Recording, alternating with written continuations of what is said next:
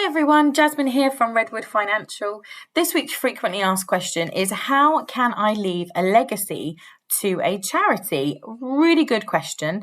And there's two actual ways we can do it.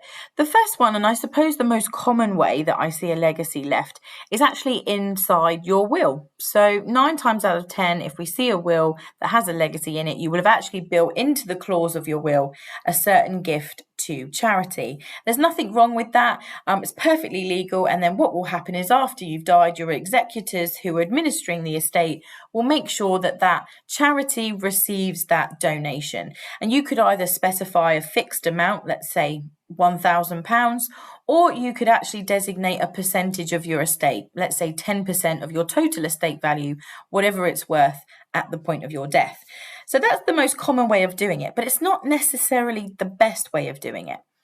Of course, charities that we support may change over the years. Some charities unfortunately go bust or are no longer actually around at the point of our deaths.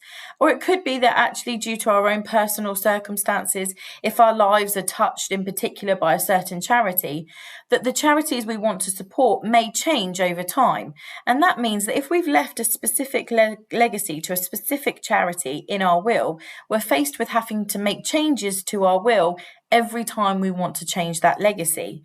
You might also want to leave £1,000 now, but 5 years from now, you might want to change that to £5,000.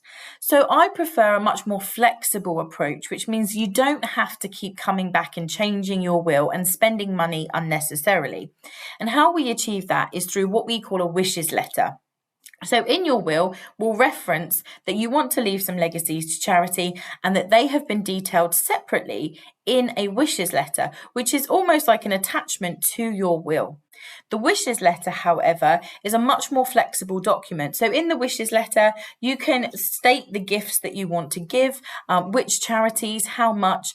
And the good thing is that over time, if those charities change or the amount that you want to give them changes, you don't have to change and update your will and pay to do that. You can just make a tweak to the wishes letter, which you can either do yourself free of charge or is covered in a very small admin fee, but is nowhere near the price of having to physically change and update a new will or create a codicil to that will. So it gives much more flexibility and is much better to basically allow your executors to follow those instructions via your wishes letter, but also be able to use a bit of discretion if that charity isn't around at the time of your death as well. So it makes things a lot easier and a lot more flexible. And so that's the two ways in which you can leave a legacy, but I would definitely recommend considering the use of a wishes letter for maximum flexibility.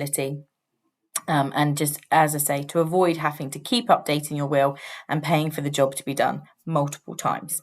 I hope that helps answer this week's frequently asked question. If you want to find out anything more about will writing or creating a will, please look at our website. We've got lots more blog information and articles on this, or just give us a call and we can book in a complimentary meeting with one of our estate planning advisors. That's it from me this week, and I look forward to answering more questions next week.